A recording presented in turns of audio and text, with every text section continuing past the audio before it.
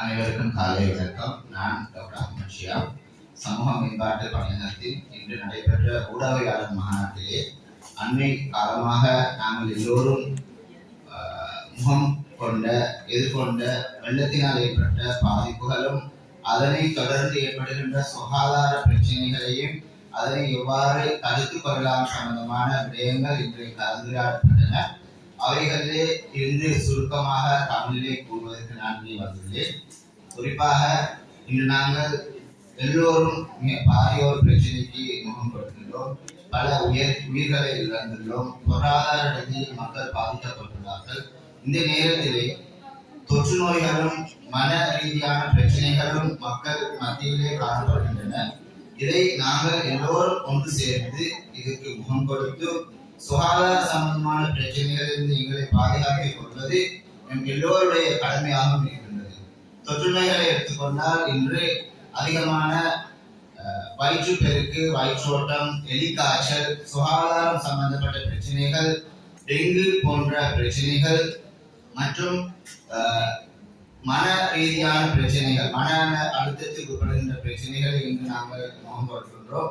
எனவே தொற்று நோய்களை பொறுத்தவரையிலே நாங்கள் முதலாவதாக நாங்கள் உண்கின்ற உணவு மிகவும் பரிசுத்தமானதாகவும் சமைத்த உணவாகவும் இருக்க வேண்டும். பொதுவாக இன்று அதிகமானவர்கள் உணவு சமைத்து மக்களுக்கு வழங்குகின்றார்கள். நீங்கள் சமைக்கும் பொழுது சுகாதார நடவடிக்கைகளை கடைபிடிக்க வேண்டும். சுகாதாரமான முறையிலே உணவுகளை சமைக்க வேண்டும். உணவுடைய தரம் மிகவும் பாதுகாக்கப்பட வேண்டும். நீங்கள் வழங்குகின்ற நீர், நீங்கள் அருந்துகின்ற நீர் மிகவும் சுகாதாரமாக இருக்க வேண்டும். முடியுமாக இருந்தால் கொதித்தாரிய நீரினை பகிர்ந்து கொள்ளுங்கள், அருந்து கொள்ளுங்கள். நீங்கள் போத்தலிலே அடைக்கப்பட்ட நீரினை அருந்தும் பொழுது, அதனை வழங்கும் பொழுது தரமான நீர் என்பதனை உறுதிப்படுத்திக் கொள்ளுங்கள். அதுபோன்று இந்த காலங்களிலே எலிக்காய்ச்சல் அதிகமாக பரவுகின்ற சந்தர்ப்பங்கள் காணப்படுகின்றன. வெள்ளத்துக்கு முகம் கொடுக்கின்றவர்கள், மக்களை காப்பாற்றுவதற்காக செல்கின்றவர்கள், வீடுகளை சுத்தம் செய்வதற்காக செல்கின்றவர்கள், எலிக்காய்ச்சலிலிருந்து உங்களை தவிர்த்துக் கொள்வதற்காக வேண்டி வைத்தியர்களுடைய ஆலோசனைப்படி டாக்ஸிசைக்ளின் என்கின்ற அந்த மருந்தினை எடுத்துக்கொள்ள முடியும். குறிப்பாக இந்த மருந்து எடுக்க முடியாதவர்கள், கர்ப்பிணி தாய்மார்கள், சிறுவர்கள், இந்த மருந்துக்கு அலர்ஜி உள்ளவர்கள் இந்த மருந்தினை எடுப்பதை தவிர்த்துக் கொள்ள வேண்டும். எனவே இப்படிப்பட்டவர்கள் டாக்ஸிசைக்ளின் நாங்கள் பார்க்கின்றோம்.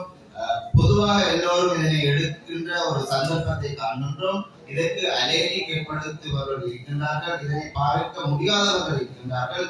எனவே இந்த மருந்தினை எடுக்கும் பொழுது வைத்திய ஆலோசனைக்கு ஏற்றவாறு இதனை எடுத்துக் கொள்ளுங்கள். மேலும் அதிகமாக நாங்கள் இன்று காண்கின்றோம் சுகாதார பிரச்சனைகளை காண்கின்றோம். நீங்கள் இடம்பெயர்ந்த முகாம்களிலே இருக்கின்றீர்கள். அங்கே சுகாதார சம்பந்தப்பட்ட பிரச்சனைகள், தடுமல், காய்ச்சல் போன்ற விடயங்கள் காணப்படுகின்றன. இவைகளிலிருந்து உங்களை பாதுகாத்துக் கொள்ளுங்கள். உங்களோடு இருப்பவர்களுக்கு வயிற்றுப்போக்கு, சுகாதார பிரச்சனைகள் இருந்தால் அவர்களை பாதுகாப்பான முறைகளை வைத்துக் கொள்ளுங்கள்.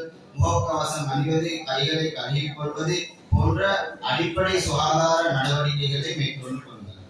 குறிப்பாக இன்று வெள்ளப்பெருக்கின் காரணமாக பல இடங்களிலே நீர் தேங்கி காணப்படுகின்றது. இதனால் நொழம்பு பருக்கம் அதிகமாகும். இதனால் டெங்கு, சிக்கன்குனியா போன்ற வருத்தங்கள் நோய்கள் உங்களை பாதிக்கும். எனவே அவைகளிலிருந்து பாதுகாத்துக் கொள்ளுங்கள். மேலும் குறிப்பாக மன அழுத்தம் அல்லது மன ரீதியான பிரச்சனைகளுக்கு இந்த மக்கள் முகம் கொடுக்கின்றார்கள். எனவே இந்த இடத்திலே உங்களுடைய மிக முக்கியமான பொறுப்பு மன ரீதியான பிரச்சனைகளுக்கு உட்பட்டவர்களை நீங்கள் முதலாவதாக அவர்களுடைய உணர்ச்சிகளை புரிந்து கொள்ளுங்கள். அவர்களோடு கதைக்க வேண்டும். அவர்களுக்கு நல்ல விடயங்கள் கூறுவது என்பதை விட அவர்கள் சொல்லுகின்ற விடயங்களை நீங்கள் புரிந்து கொள்ளுங்கள். அவர்களோடு கதைக்க வேண்டும்.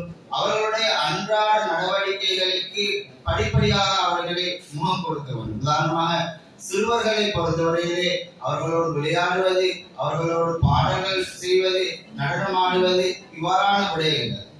குறிப்பாக நீங்கள் அவர்களுக்கு இந்த உணவு போன்ற விடயங்களை கொடுக்கும் போது அதனோடு சிறுவர்களுக்கு விளையாடக்கூடிய சித்திரம் வரையக்கூடிய பொருட்களை நீங்கள் கொடுத்துக் கொள்வது நல்லது. அதுபோன்று அவர்களை நாளாந்த நடவடிக்கைகளை படிப்படியாக நீங்கள் அவர்களை உட்படுத்த வேண்டும். அதுபோன்று யாராவது இந்த மன ரீதியான பிரச்சனைகளுக்கு முகம் கொடுத்திருந்தால் நீங்கள் வைத்தியருடைய ஆலோசனையை பெற்றுக் கொள்ளுங்கள். மனநல சேவைகளுக்காக வேண்டி 1926 என்கின்ற ஒரு தொலைபேசி இலக்கம் 24 மணித்தியாலமும் இயங்கிக் கொண்டிருக்கின்றது. உங்களுக்கு ஏதாவது மனமான பிரச்சனைகளோ அல்லது சம்பந்தமான ஆலோசனைகள் பெற விரும்பினால் அவர்களோடு தொடர்பு கொண்டு நீங்கள் அதனுடைய ஆலோசனைகளை பெற்றுக் கொள்ளுங்கள். அதோடு பெண்களுக்கான மாதவிடாய் சம்பந்தமான சுகாதார நடவடிக்கைகளையும் கவனம் எடுத்துக் கொள்ளுங்கள். எனவே இவ்வாறான விடயங்களை நாங்கள் செய்து கொள்வதன் மூலமாக நாங்கள் இருக்கின்ற இந்த பாரிய பிரச்சனைகளுக்குள் எங்களுக்கு ஏற்படுகின்ற சுகாதார பிரச்சனைகளை நாங்கள் அறிந்து கொள்ள முடியும். இது எங்கள் ஒவ்வொருடைய பொறுப்பு என்பதை நினைத்துக் கொள்ளுங்கள். இதன் மூலமாக நாங்கள் எல்லோரும் பாதுகாப்பான ஒரு நிலையை பெற்றுக்கொள்ள முடியும். நன்றி, வணக்கம்.